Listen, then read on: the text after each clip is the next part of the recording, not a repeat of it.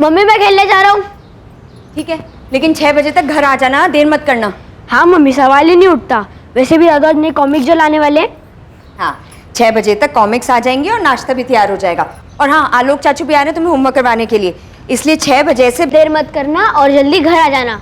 अब मम्मी मैं जाऊँ, वरना मेरी बैटिंग मिस हो जाएगी। हाँ तो जाना, लेकिन 6 बजे से पहले। हाँ हाँ मम्मी, 6 बजे। बच्चे जब खेलने के लिए निकलते हैं तो वो जोश और उत्साह से भरे हुए होते हैं, मानो उनके पैरों में पंख लगे हुए हैं। ना गुजरे कल का गम, ना आने वाले कल की फिक्र, वो सिर्फ आज में जीते हैं। वो अभी क्या खेलेंगे सिर्फ इसके बारे में सोचते हैं। कोई उन पर नजर रख रहा है, कोई खतरा उनके आसपास मंडरा रहा है, ऐसा ख्याल तो उनके मासूम मन में आता भी नहीं। और एक बच्चे के मन में यह ख्याल आएगा भी कैसे कि कोई उसे नुकसान पहुंचाना चाहता है।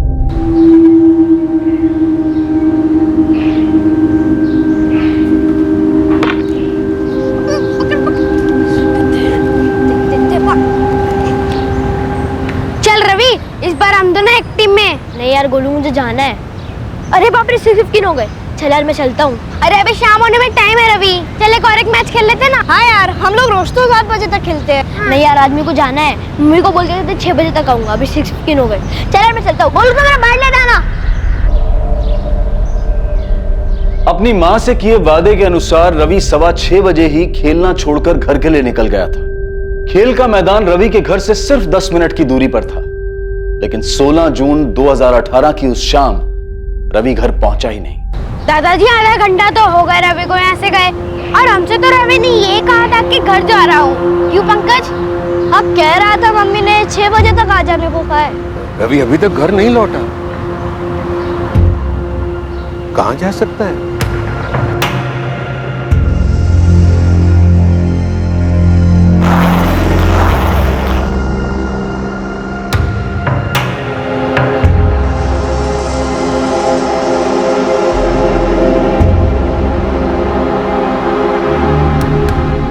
हाँ आलोक, वो रवि तुम्हारे घर आया क्या? नहीं भैया, यहाँ तो नहीं आया। मैं तो थोड़ी देर पहले ही घर लौटा हूँ। कपड़े बदल के आप ही के घर आ रहा था रवि को पढ़ाने के लिए। क्यों, क्या बात है? अरे वो रवि रोज की तरह शाम को घर से बाहर खेलने के लिए निकला था, अब तक घर नहीं लौटा है। भैया आप टेंशन मत लीजिए, कहीं कॉलोनी में कहीं होगा या आसपास की बिल्डिंग में कहीं गया होगा। मैं आ रहा हूँ, हम साथ मिलकर ढूंढते हैं। ठीक है।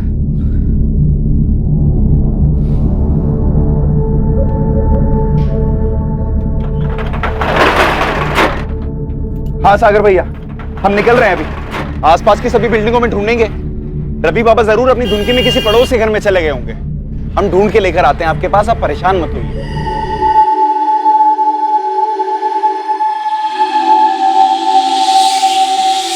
हर्ष, मुझे बहुत डर लग रहा है। रिया डरो मत। ऐसे कैसे नहीं डरूं? अगर तुम चले गए और सागर भैया ने आके मुझसे कुछ पूछ लिया तो मैं क्या बोलूंगी? रिया, कोई तुमसे कुछ नहीं पूछेगा, घबराओ मत। और सुनो, मैं तुम्हें फोन करूंगा, तुम मत करना। रिया इतना मत सोच, कुछ नहीं होगा। ठीक है, अभी मैं निकलता हूँ, ध्यान रखना अपना।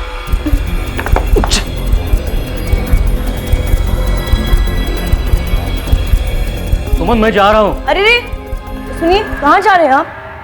अरे तुमने सुना तो सही, वहां नीचे 202 में रवि मिल नहीं रहा है। जाके देखना तो चाहिए। सागर और विद्या बेचारे वहां पे। उन पे तरस खाने जाएंगे ना तो उल्टा वो हम पे बरसेंगे। रहने दीजिए आप। देखो सुमन, ऐसा कुछ नहीं होगा। बात को समझो, तुम्हारे बच्चा नहीं मिल रहा है उनका, मुसीबत में हो। मुसीबत में हम आ जाएंगे, सीधा शक हम पे जाएगा, आप कहीं जाने की जरूरत नहीं। सुमन।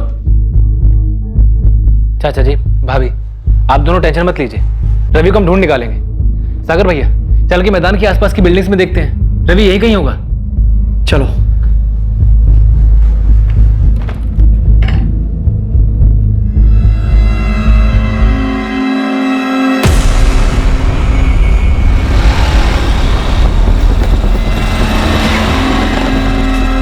अरे हर्ष भैया, कहाँ जा रहे इतनी रात को? वो भी इतना बड़ा बैग लिए? अरे प्रशांत, वो अचानक ऑफिस से काम आ गया तो बाहर जा रहा हूँ। 2-3 दिन में आ जाऊंगा। आपने रवि को देखा क्या? रवि? नहीं, क्यों, क्या हुआ? मिल नहीं रहा है शाम से। मिल जाएगा, यहीं कहीं होगा, ढूंढ लेंगे हम लोग। चलिए।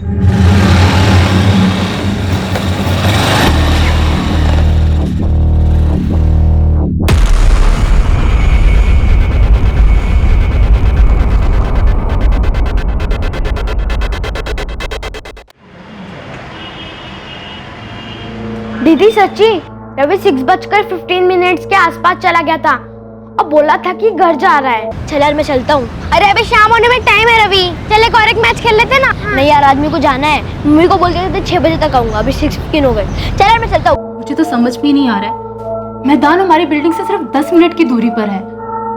डेली हमारे बच्चे वहाँ पर खेलने जाते हैं। देखिए रवि कल शाम से गायब है और ये जो कुछ भी हुआ है ये मैदान और इस बिल्डिंग के बीच के रास्ते में हुआ है। सागर जी, हमारी टीम कल रात से आपकी और आसपास की सभी बिल्डिंग्स को खंगाल रही है, लेकिन रवि के बारे में अभी तक कुछ पता नहीं चला। सागर जी, पूरे चांसेस हैं कि कोई रवि को अपने साथ लेके गया होगा। क्या कोई ऐसा है जो रवि को नुकसान पहुंचाकर आपको नुकसान पहुंचाने की कोशिश करे? जी नहीं सर, इस बिल्डिंग में हम 15 साल से रह रहे हैं, हमारी किसी से कोई दुश्मनी नहीं। अगर होती तो भी कोई 9 साल के बच्चे को क्यों नुकसान पहुंचाता? सागर जी, यही तो पता लगाना है। रवि 9 साल का था, अगर कोई उसे जबरदस्ती अपने साथ लेके जाता तो उसने शोर मचाया होता और किसी न किसी ने तो उसकी आवाज सुनी होती, लेकिन ऐसा हुआ नहीं। इसका मतलब है जो शख्स रवि को अपने साथ लेके गया है, रवि उसे जानता था। सर, इस कॉलोनी की बिल्डिंग में भी सीसीटीवी नहीं है। मैंने आसपास के दुकान वालों से बात की, लेकिन ऐसा कोई भी सामने नहीं आया जिसने रवि को शाम को घर लौटते हुए देखा हो। आसपास के टोल नाकों और चेक पोस्ट पर रवि की फोटो भिजवाई थी, कुछ पता चला? नहीं सर, लेकिन हमारी टीम अलर्ट है, सभी गाड़ी को चेक कर रही है। सर मुझे भी ऐसा लगता है कि रवि को लेके जाने वाला जरूर कोई जान पहचान वाला ही है। तो सोचो आलोक, कौन हो सकता है जिसके साथ रवि बिना शोर मचाए आसानी से जा सकता है? सर यही तो समझ में नहीं आ रहा है। और सर मुझे लगता है कि शायद फिरौती के लिए भी कॉल आएगा। तो तुम्हें लगता है कि रवि को फिरौती के लिए अगवा किया गया है? सर हो सकता है सर, श्योर नहीं हूँ। सागर जी, जरा याद कीजिए, ऐसा कौन कर सकता है? ऐसा कौन करेगा मैडम, और क्यों करेगा? प्रशांत, रिश्तेदारों में तो मुझे ऐसा कोई याद नहीं आ रहा है। इसका सागर भैया या चाचा जी के साथ मनमुटाव हुआ हो। क्या दुकान में कभी कोई ऐसी बात हुई थी? किसी सप्लायर या किसी कस्टमर से किसी भी बात को लेकर तू मैं हुई हो? नहीं आलोक भैया। सर, सागर और आलोक कल रात को 9:30 बजे रवि की मिसिंग कंप्लेंट लिखवाने आए और हमारी टीम रात को 10 बजे से इस पूरी सोसाइटी में उसे ढूंढने में लगी हुई है। रवि 6:15 बजे ग्राउंड से खेलने के बाद घर के लिए निकला और उसे घर पहुंचने से पहले ही अगवा कर लिया गया होगा।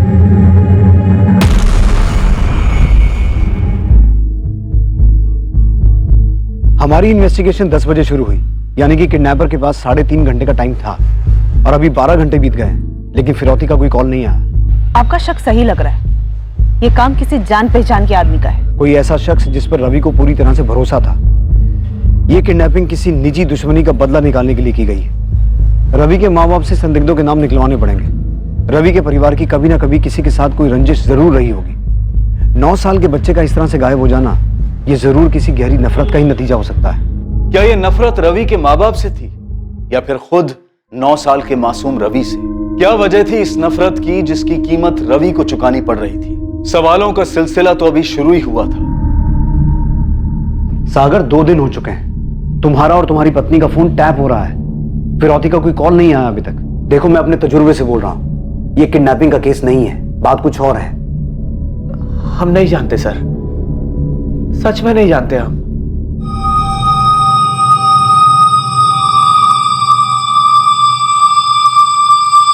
चाचा जी, मैं चलता हूं, दुकान भी खोलनी है।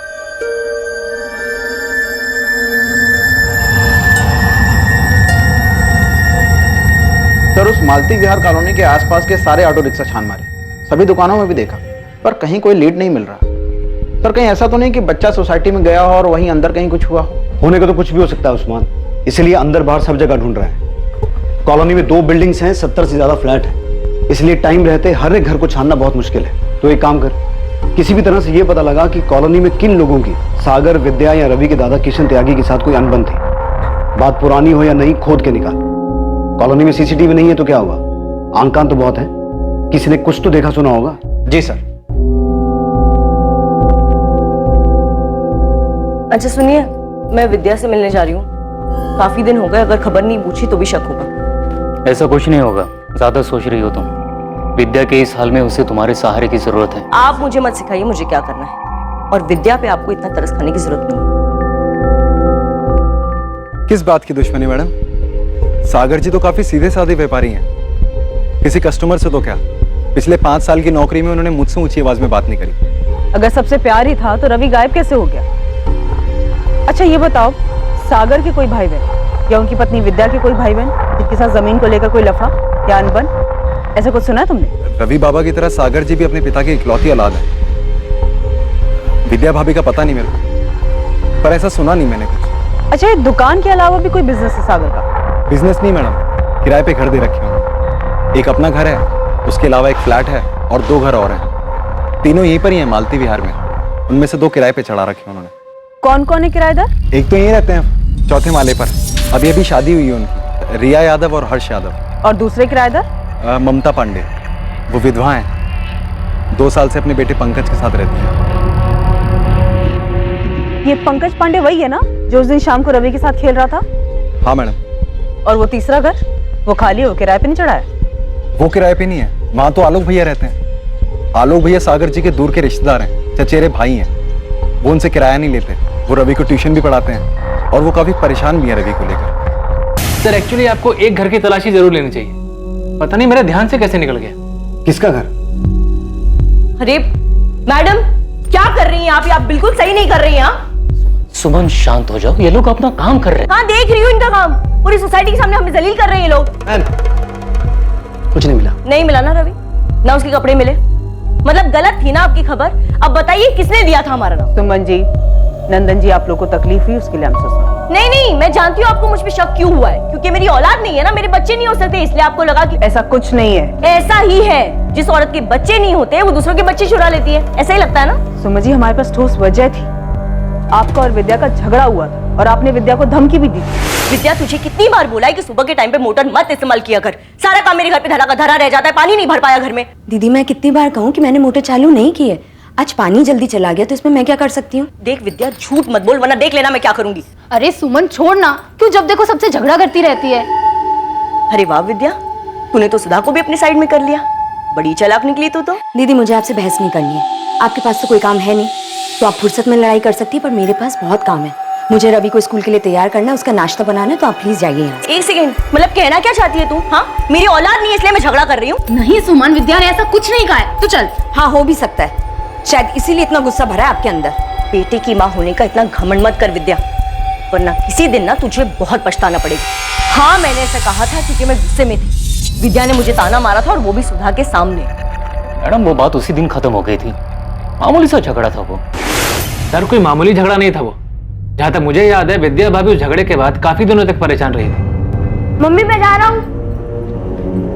रवि, अरे मम्मी क्या कर रहे हो? स्कूल के लिए लेट होना जा रहे, तो आलू चाचू आ गए। अच्छा लेट हो जाएगा, अभी चुप करके बैठ पहले। ये क्या कर रही हो मम्मी? कोई नहीं मैजिक एक सीखी जिससे मैं गायब हो जाऊंगा। ऐसा नहीं बोलते। रवि जल्दी कर, लेट हो रहे। चाचू बचा लो। रवि, अभी क्या हुआ? नजर क्यों उतार रहे हमारे हीरो की? नहीं बस ऐसे ही, ताकि किसी की बुरी नजर ना लगे इसे। हमारे हीरो को किसकी नजर लगेगी? मैं हूं ना इसके साथ, अब खाम का टेंशन ले रही है। Bye mummy. बाय।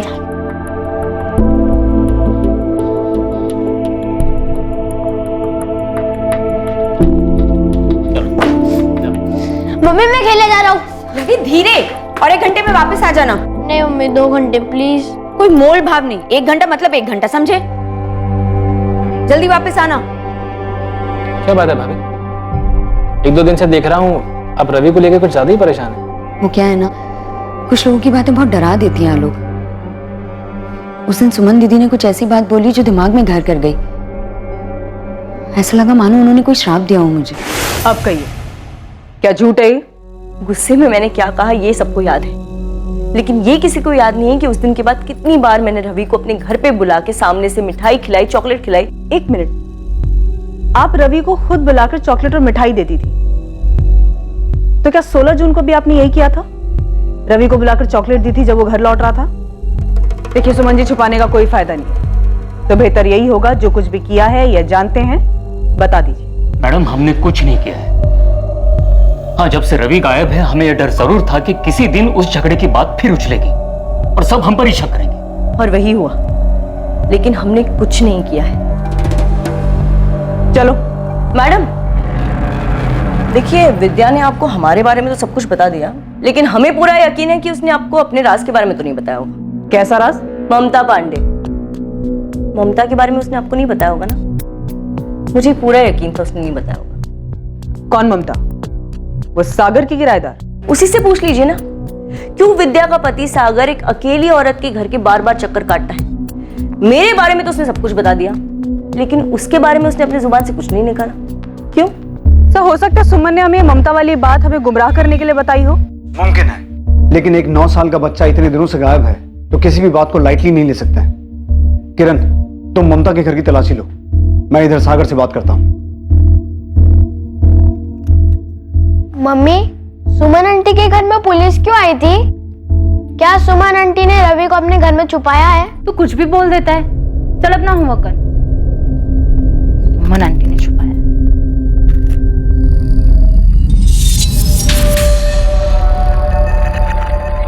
गोलू, उस दिन जब तू रवि के साथ खेल रहा था तो क्या सुमन आंटी वहां से गुजरी थी? पता नहीं मम्मी, मेरा ध्यान नहीं गया। मैं, रवि और पंकज खेलने में लगे थे। शायद पंकज ने कुछ देखा हो।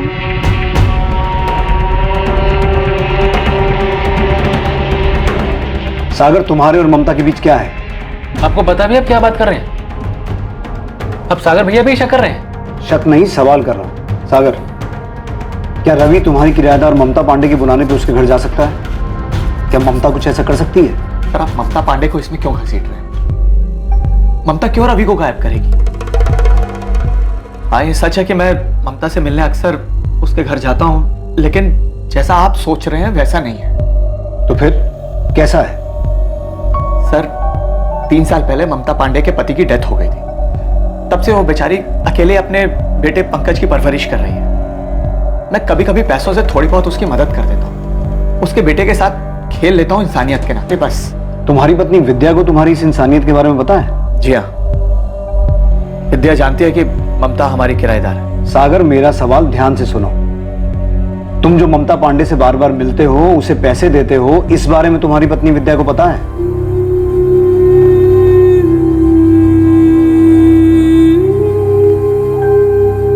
हाँ, सागर अक्सर मुझे पैसों से मदद किया करते थे, और ये बात उसने अपनी पत्नी विद्या से छुपाई भी थी। क्यों छुपाई? मैंने भी यही पूछा था सागर से, और उसे मना भी किया था कि वो ऐसा ना करे, क्योंकि हम कोई गलत काम तो कर नहीं रहे थे। लेकिन उसका कहना था कि अगर ये बात वो विद्या को बताएगा भी तो वो नहीं समझेगी। पर फिर एक दिन विद्या को सब कुछ पता चल गया। आखिरी बार पूछ रही सागर, जब घर से गए थे तब तुम्हारे पर्स में 5,000 रुपए थे और अब सिर्फ 1,000 रुपए बचे। 4,000 कहाँ गए? तो मैं बताया तो था कि एक दुकान के सामान की पेमेंट करनी थी, इसलिए। झूठ मत बोलो सागर, तुम ये पैसे ममता को दे रहे हो ना? मैं सब समझती हूँ, बेवकूफ नहीं हूँ। देखो, जैसा तुम समझ रहे हो ना वैसा कुछ नहीं, विश्वास करो मेरा।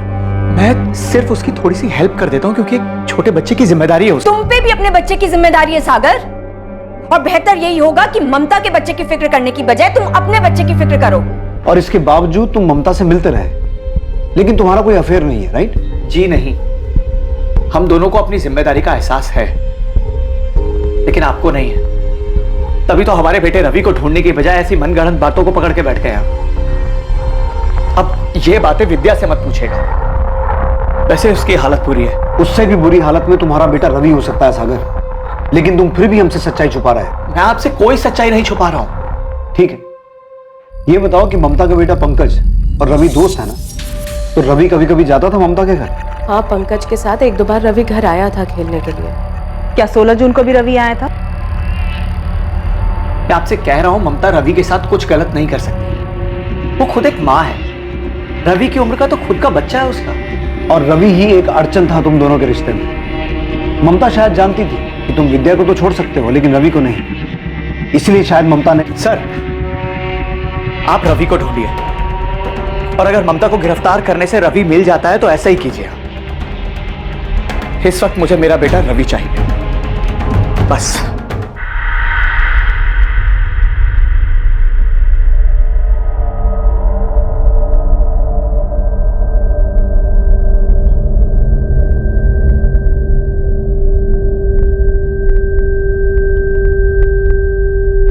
Hands up.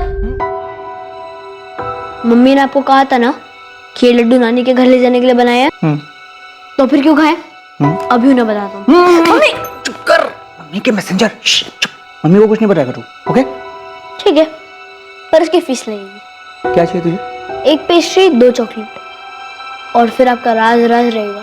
अच्छा बेटे, तेरे को पता है ना रिश्वत मांगना बुरी बात होती है। और पापा आप भी जानते हो ना कि आप मम्मी से जो ये सब छुपा रहे हो वो सब भी बुरी बात है।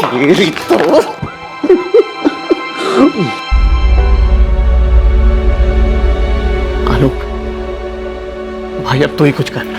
ये लोग तो रवि को ढूंढने के बजाय पता नहीं क्या क्या वाहियात बातें कर रहे हैं। सागर भैया आप फिक्र मत कीजिए, मैं इसी काम में लगा हुआ हूँ। सुमन और नंदन पर भी मेरी नजर है। आप बस भाभी और चाचा जी का ध्यान रखिए। रवि को मैं हर हाल में ढूंढ निकालूंगा। सर, ये ममता काफी स्ट्रेट फॉरवर्ड औरत लगी। कॉलोनी के ही कुछ बच्चों को ट्यूशन पढ़ाती है, बिना झिझक के साफ साफ बात कर रही थी। लग नहीं रहा था कि कुछ छुपा रही है। तुमने ममता के बेटे पंकज से रवि के बारे में बात की? रवि उस दिन उसी के साथ खेल रहा था। यस सर, जब मैंने पंकज से रवि के बारे में पूछा तो लग नहीं रहा था कि वो कुछ रटा रटाए बोल रहा है। वैसे भी मैंने ममता के कॉल रिकॉर्ड्स मंगवाए सर। 16 जून की शाम को ममता कहाँ क्या कर रही थी ये भी हम पता लगवा रहे हैं। इस केस की नब्ज हाथ नहीं लग रही है। रवि के गायब होने की वजह का पता नहीं चल पा रहा है। आखिर ये मामला क्या है? कुछ तो है किरण जो हमसे मिस हो रहा है। इस केस में कई ऐसे किरदार थे जो अभी तक पुलिस की नजरों में नहीं आए थे, और जो सामने आए भी थे उनकी पूरी तरह तफ्तीश होनी अभी बाकी थी। और जिनकी तफ्तीश हुई थी उन्होंने इस केस को और उलझाने का काम किया था। क्या घूर रहे हैं आप लोग? हाँ, आप लोगों को क्या लगता है मैंने रवि को गायब किया है? हाँ किया है, और आप लोग के बच्चे भी गायब कर दो। बच के रहना।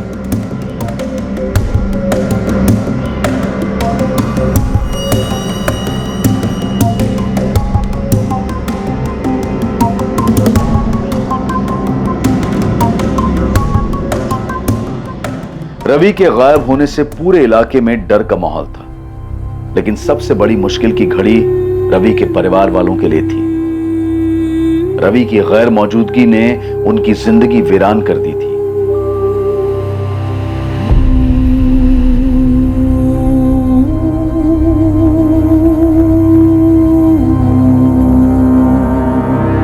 विद्या,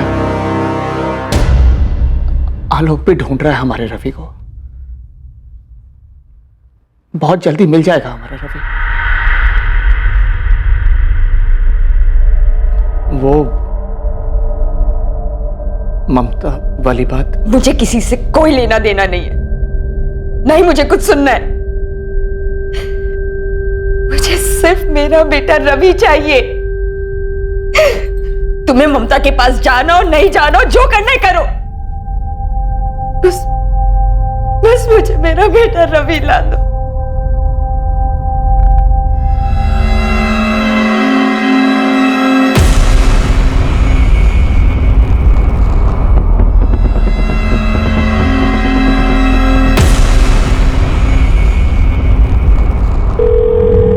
हाँ रिया, मैं बोल रहा हूँ। सब ठीक है वहाँ? हाँ फिलहाल सब ठीक है। किसी ने मेरे बारे में पूछा? नहीं, अब तक तो नहीं। अच्छा है, सबका ध्यान रवि को ढूंढने में, हम पे नहीं। लेकिन पुलिस हर घर में पूछताछ कर रही है। करने दो, हमारे घर आएगी तो कुछ नहीं मिलेगा उन्हें। बस तुम सोच समझ के जवाब देना। हर्ष, मुझे अब कितने दिन यहाँ रहना होगा? बस कुछ दिनों की बात है रिया, मैंने सारी तैयारी कर ली है। सब कुछ प्लान के हिसाब से चल रहा है। ठीक है।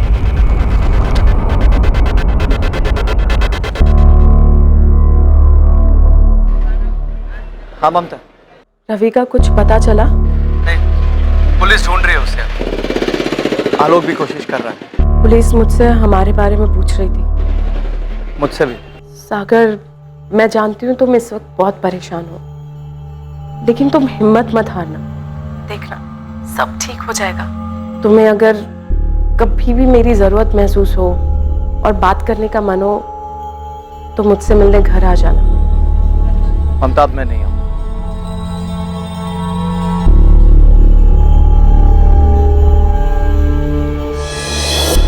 मैम, अगर सुमन और नंदन के 1 महीने के कॉल रिकॉर्ड्स में कुछ नहीं निकला है तो आप उनके 3 महीने के कॉल रिकॉर्ड्स निकलवाइए। और क्या आपने उनकी लोकेशन डिटेल्स चेक की?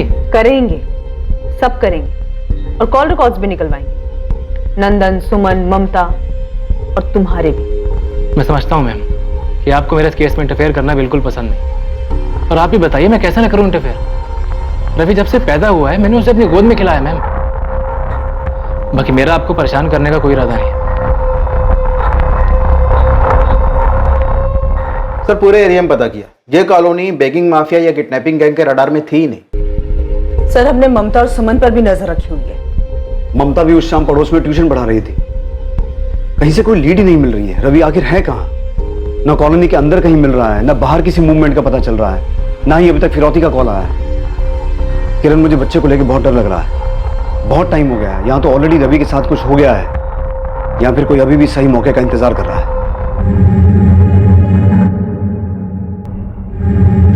विद्या, सुमन दीदी, मेरे रवि को वापस कर दीजिए। मैं जानती हूँ कि मुझसे बहुत बड़ी गलती हुई है। आपको जितना भी गुस्सा है ना, आप मुझसे निकाल दीजिए। जो भी सजा देनी है ना, मुझे दे दीजिए। मेरे बेटे रवि को वापस कर दीजिए। अगर आप चाहती हैं ना, तो मैं आपके पैर पड़ने को भी नहीं आ रही। विद्या क्या कर रही हो? उठो, उठो, संभालो अपने आप को। विद्या उठो, प्लीज उठो।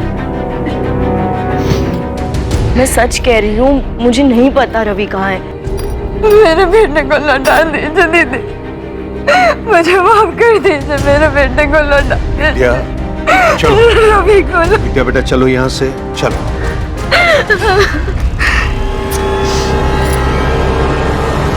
सर रवि जिस मैदान में खेल रहा था, उस मैदान के आसपास 3 बिल्डिंग में मैंने तलाशी ली। ये प्रोसीजर काफी लंबा है सर, और कॉलोनी के काफी लोग नाराज भी हो रहे हैं। लेकिन हमारे पास इसके अलावा कोई ऑप्शन नहीं है। सर वो सागर का कजन ब्रदर वो दोबारा आया था। सर सागर से ज्यादा तो आलोक उतावला रहता है, अपने आइडियाज देता रहता है अलग से। मुझे आलोक पे भी शक होता है। आलोक की बैकग्राउंड डिटेल सामने आई? से इन्फॉर्मर्स लगे हुए हैं। फिलहाल इतना पता चल पाया है कि सागर का चचेरा भाई है आलोक, रवि को ट्यूशन पढ़ाता था।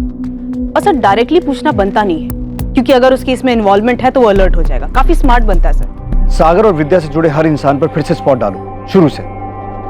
ना तो किडनैपिंग सामने आ रही है, ना ही किसी दुश्मनी के बारे में पता चल रहा है।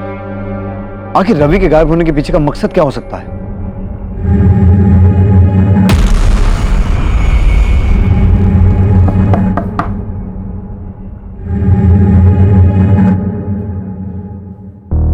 भाभी, आपसे कुछ जरूरी बात करनी थी।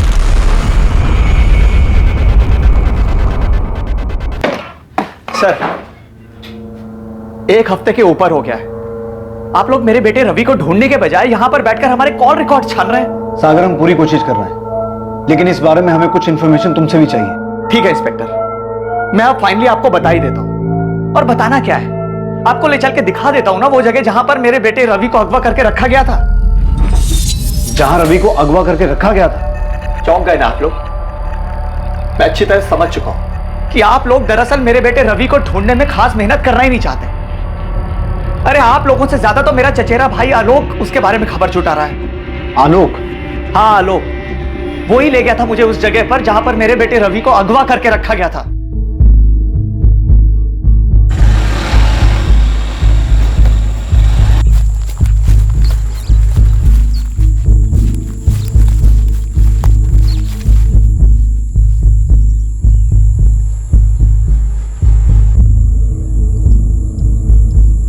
आलोक, यहां तो कोई भी नहीं है। तुमने तो कहा था रवि यहीं पे। रवि यहीं था सागर भैया, उन लोगों ने अपना ठिकाना बदल लिया।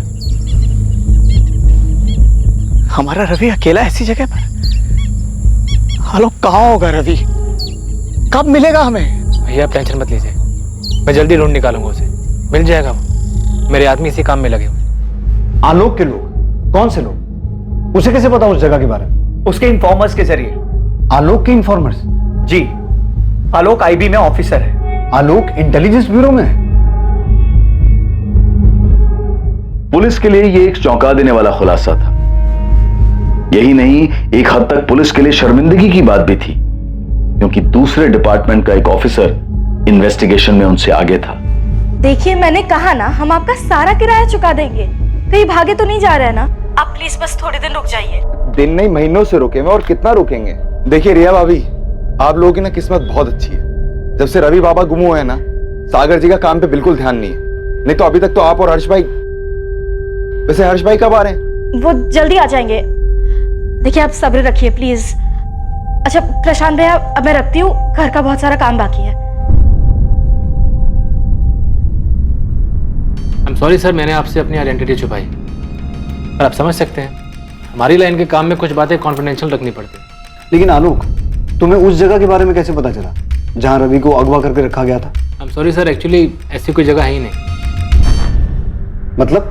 सर ये सच है कि मेरे आईबी डिपार्टमेंट के खबरी इस केस में लगे हुए हैं, पर ये किडनैपिंग की जगह मैंने सागर भैया को तसल्ली देने के लिए क्रिएट की थी। मैं कुछ समझा नहीं। सर सागर भैया हिम्मत हार चुके थे, उन्हें लग रहा था कि रवि जिंदा ही नहीं है। वो टूट जाते तो भाभी और चाचा जी का क्या होता।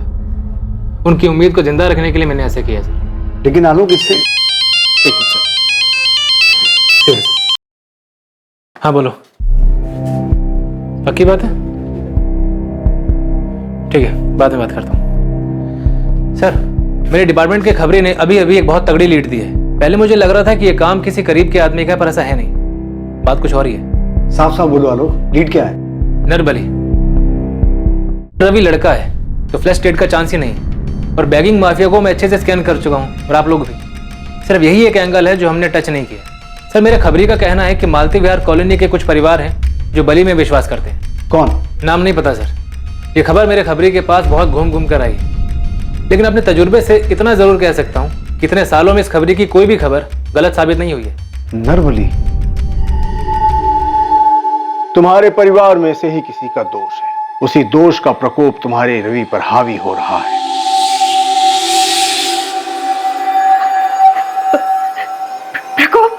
प्रकोप बाबा? मतलब बाबा मेरा बेटा ठीक तो है ना बाबा?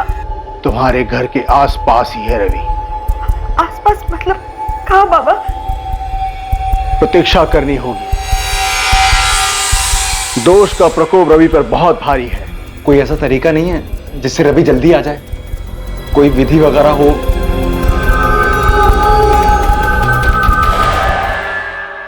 नरबली? ये टिप किसने दी मैडम? तूने नहीं, तेरा काम था। तुझसे ज्यादा वो आईबी वाले की खबरी इंफॉर्मेशन ला रहे हैं। सॉरी मैडम, पर कसम से मैंने अपने काम में कोई डील नहीं की है। वैसे ये नरबली वाली खबर सच तो है ना? उस्मान, तू अपना काम कर, समझा? दूसरे काम में नुस्ख मत निकाल। देख तू अपने लेवल पे पता कर कि कॉलोनी में ऐसे कौन कौन से लोग हैं जो नरबली में विश्वास रखते हैं। जी।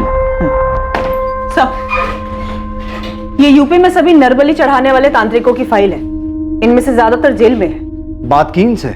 यस सर, मैंने इनके चेले चपाटों के बारे में भी जानकारी हासिल की। इनमें से कोई भी गाजियाबाद की तरफ नहीं आया। सर मैंने उस्मान खबरी को भी लगा दिया है, चुपचाप ये पता लगाने के लिए कि क्या कोई ऐसा कॉलोनी में है जो इन सब में विश्वास रखता है।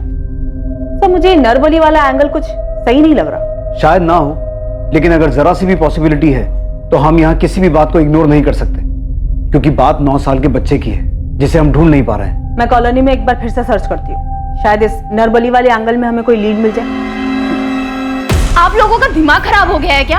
और ये क्या जादू टोना लगा रखा है आप लोगों ने? आप कुछ भी बोल रहे हैं। मैडम मेरा भी एक बच्चा है, आप सोचिए तो सही, क्या मैं ऐसा कर सकती हूँ क्या?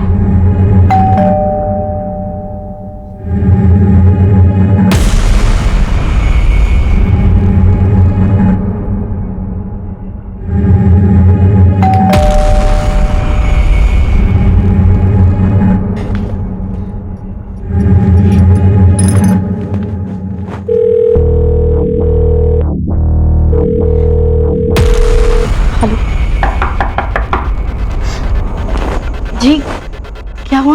तलाशी लेनी है। एक सेकंड, मेरे पति इस वक्त घर पे नहीं है, तो आप ऐसे जबरदस्ती अंदर नहीं आ सकते। भैया तुम टेंशन मत लो, अगर तुमने कुछ नहीं किया तो तुम्हें कुछ नहीं होगा। ये इनका रूटीन प्रोसीजर है, इन्हें इनका काम करने दो। जय हिंद। हटिए।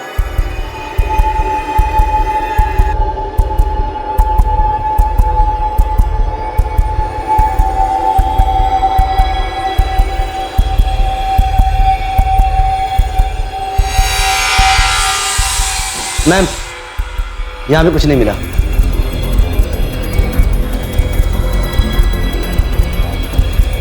चलो।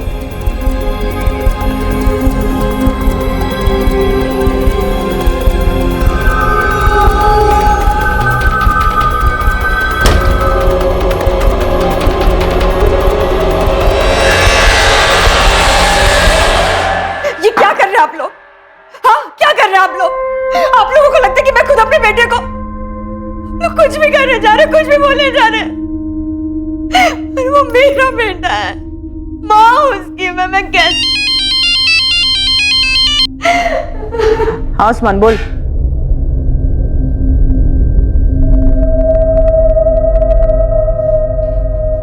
आप खुद बाबा के पास गई थी या कोई लेके गया था?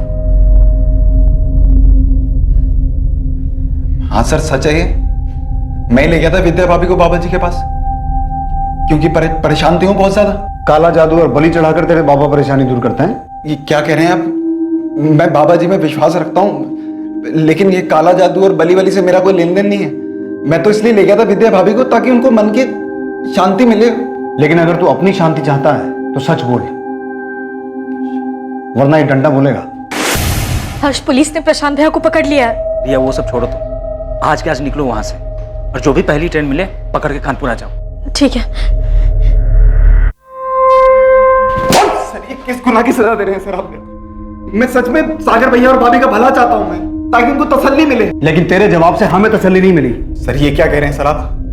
मैं सच में उस दिन रवि को ढूंढ रहा था, पैंतरा नहीं है ये कोई।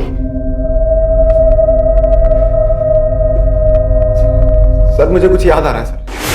अरे हर्ष भैया, कहाँ जा रहे इतनी रात को, वो भी इतना बड़ा बैग लिए? अचानक ऑफिस से एक काम आ गया तो बाहर जा रहा हूँ। ये हर्ष को, रिया का हस्बैंड, सागर का किराएदार, उसी की बात कर रहा है तू? हाँ सर, वही तो चौथे माले पे रहते हैं। अच्छा, अभी तक तो कुछ याद नहीं था, 4 डंडे पड़े तो सब याद आ गया? नहीं सर ऐसा कुछ नहीं है सर। मेरे को याद आ रहा है कि हर्ष भाई के पास एक बड़ा सा बैग था, वो उसे लेके जा रहे थे रात को। घबराए हुए भी थे, ऐसा लग रहा था कि कहीं भाग रहे हो। और हर्ष भाई अभी तक वापस भी नहीं आए हैं कॉलोनी में।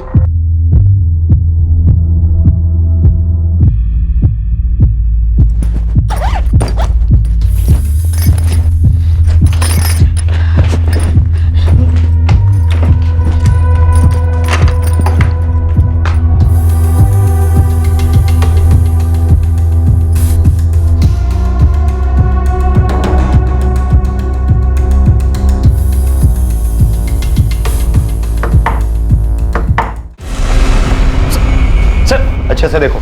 सर ये आप लोग क्या कर रहे हैं? सर मैंने कुछ नहीं किया। कुछ नहीं किया? गलती हो गई, मैं सागर भैया को धोखा नहीं देना चाहता।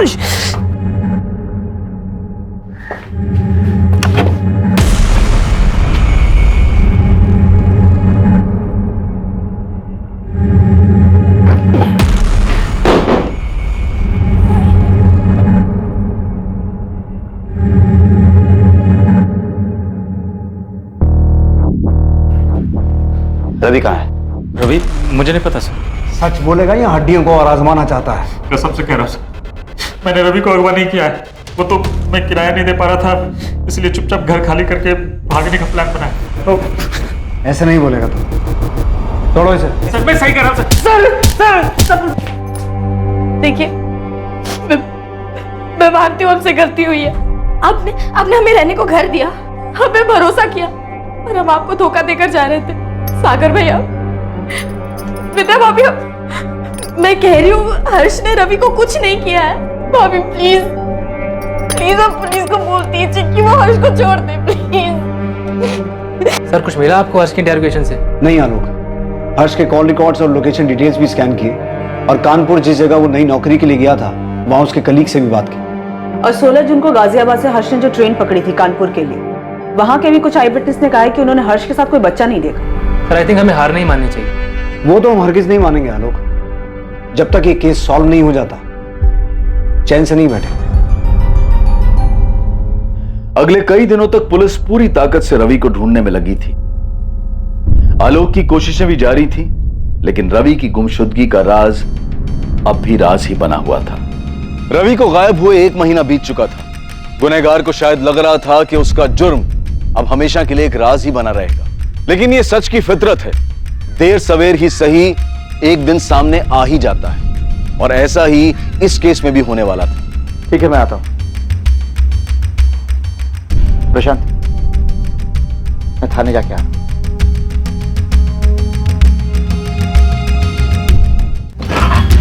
सर आओ आलोक। सर आपने इतना अर्जेंटली बुलवाया, कुछ पता चला क्या रवि के बारे में? हाँ, कुछ क्लूज मिले हैं तुम्हारे उस नरबली के एंगल से जुड़े हुए, इसीलिए हमें तुम्हारे उस आईबी के इन्फॉर्मर से बात करनी है। सर एक्चुअली खबरी आईबी डिपार्टमेंट से कनेक्टेड है, तो उनके बारे में आपको जानकारी नहीं दे पाऊंगा। मैं जानता हूं, इसलिए तुम्हें टेंशन लेने की जरूरत नहीं है। मेरी तुम्हारे आईबी डिपार्टमेंट के हेड से बात हो गई है। इनफैक्ट वो यहीं आए हुए हैं। आइए सर।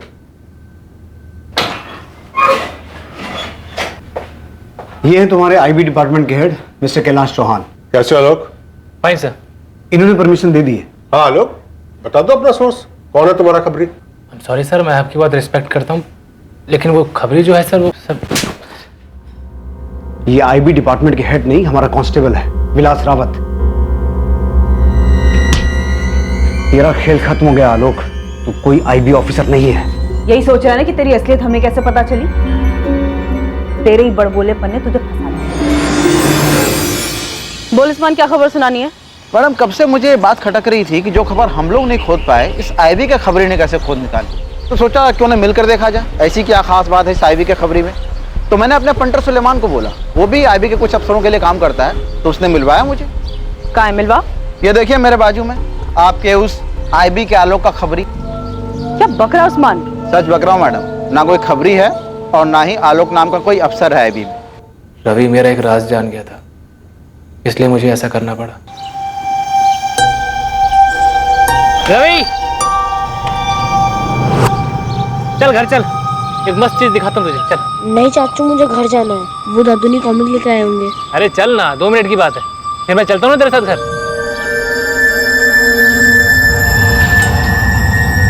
चले रवि बेटा, आपने जो उस दिन देखा था, उस बारे में आपने किसी को बताया तो नहीं ना? शाबाश। आप एक वादा करेंगे कि वो राज हमेशा आपके और मेरे बीच रहेगा? प्रॉमिस? कौन सा राज? क्या जान गया था?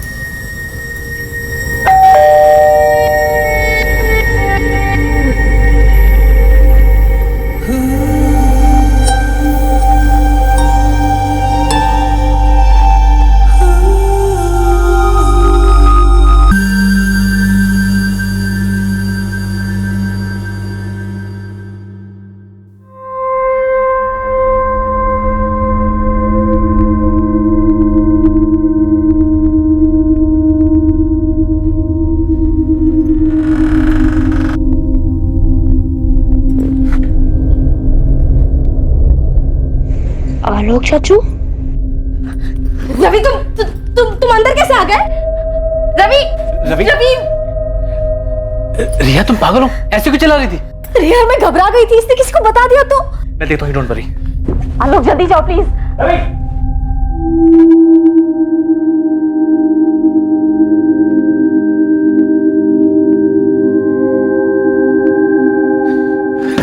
मिला रवि, मिला? तूने समझा दिया उसे? नहीं मिला, पता नहीं कहाँ चला गया। नहीं मिला मतलब? अरे तुम्हें समझ आ रहा है आलोक, यहाँ क्या हुआ है? रवि ने देख लिया हमें। तुमने दरवाजा कैसे खुला छोड़ दिया? अंदर कैसे आ गया वो? सबको बता देगा, देख रहा है। रिया, कुछ नहीं होगा, कुछ नहीं होगा, मैं समझा दूंगा उसे, टेंशन मत। आलोक निकलो तुम, अब हम मिल नहीं सकते, तुम निकलो यहाँ से, हमें खत्म करना होगा। ये क्या बोले जा रही तुम? आलोक निकलो यहाँ से, बस हो गया। सर, मुझे लगा रिया घबरा गई है, इसलिए ऐसा बोल रही है। उस वक्त मैं वहां से चला गया, और जब रवि मुझे मिला, मैंने उसे सब समझा दी। वो बोला कि मेरा राज राज रखेगा। उसके बाद जब भी मैं उसे पढ़ाने जाता या उसको कहीं भी देखता था, उसकी चुप्पी मुझे डराती थी। और रिया तो मुझसे भी ज्यादा डरी हुई थी, मुझे मिलने तक को मना कर दिया था उसने। आलोक देखो, मैंने कह दिया ना, मैं नहीं मिलूंगी, मतलब मैं नहीं मिलूंगी। देखो, जो हो गया सो हो गया, पर मैं और रिस्क नहीं ले सकती। देखो आलोक, मेरा पति हर्ष ना बहुत बोला है, मुझे कभी किसी चीज के लिए नहीं टोकता, लेकिन अगर ये चीज उसे पता चल गई ना, वो बर्दाश्त नहीं कर पाएगा। या तो वो मुझे मार देगा या छोड़ देगा। नहीं रिया, ऐसा कुछ भी नहीं होगा, तुम बेकार में डर रही हो। अगर रवि ने तुम्हारे भैया को ये बात बता दी तो क्या होगा? नहीं बताएगा वो, मैंने समझा दिया उसे। आलोक, रवि अभी बच्चा है और तुम श्योर हो कि वो कभी भी किसी को कुछ भी नहीं बताएगा? कभी नहीं। रिया की बात बिल्कुल सही थी, रिस्क तो था, रवि कभी भी मुंह खोल सकता था। तो मैंने सोचा इसका परमानेंट सॉल्यूशन निकालना पड़ेगा। आप मुझसे एक वादा करेंगे कि वो राज हमेशा आपके और मेरे बीच रहे?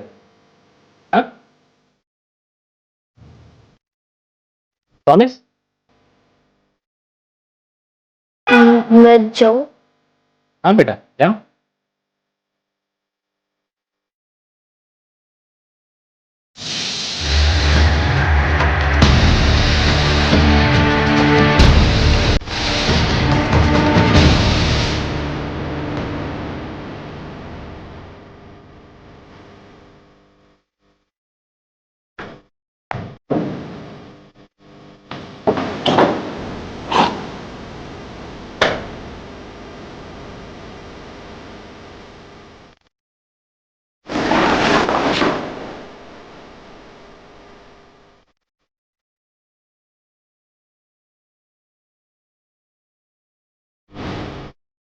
पिछले 2 महीनों से रवि की लाश आलोक के ही घर में एक बैग के अंदर सड़ रही थी। रिया भी शामिल थी इसमें?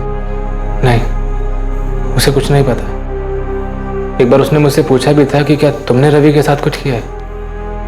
मैंने कुछ नहीं बताया उसे। आलोक और रिया के अवैध रिश्ते की असलियत से बेखबर हर्ष यही समझता रहा उसका बिना किराया दिए भाग जाने का प्लान ही रिया की परेशानी का कारण है। सागर और विद्या सच्चाई जानने के बाद बिल्कुल टूट चुके थे। कोई सोच भी नहीं सकता था कि आलोक, जो रवि को अपने बेटे जैसा मानता था, उसी ने रवि की निर्मम हत्या की थी।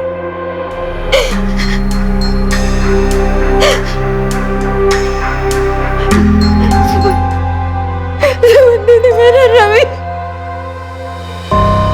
मेरा रवि।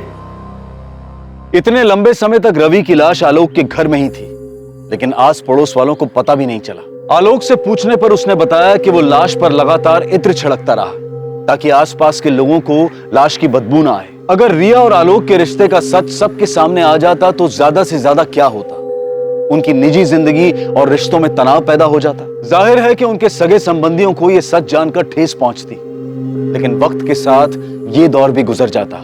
लेकिन सिर्फ इस सच को छुपाने के लिए एक मासूम बच्चे की हत्या कर दी गई। रवि की जान के सामने इन दोनों का सच और डर बहुत ही महत्वहीन था, पर दुर्भाग्यवश बेकसूर होते हुए भी इस राज की कीमत रवि को अपनी जान गंवाकर चुकानी पड़ी। अब मैं अनूप सोनी आपसे विदा लेता हूं। फिर मुलाकात होगी एक और नए केस के साथ कल रात 11 बजे। और याद रखें, क्राइम और आपके बीच में सिर्फ इतना फर्क है कि आप कितने सतर्क हैं। सतर्क रहें, सुरक्षित रहें। जय हिंद।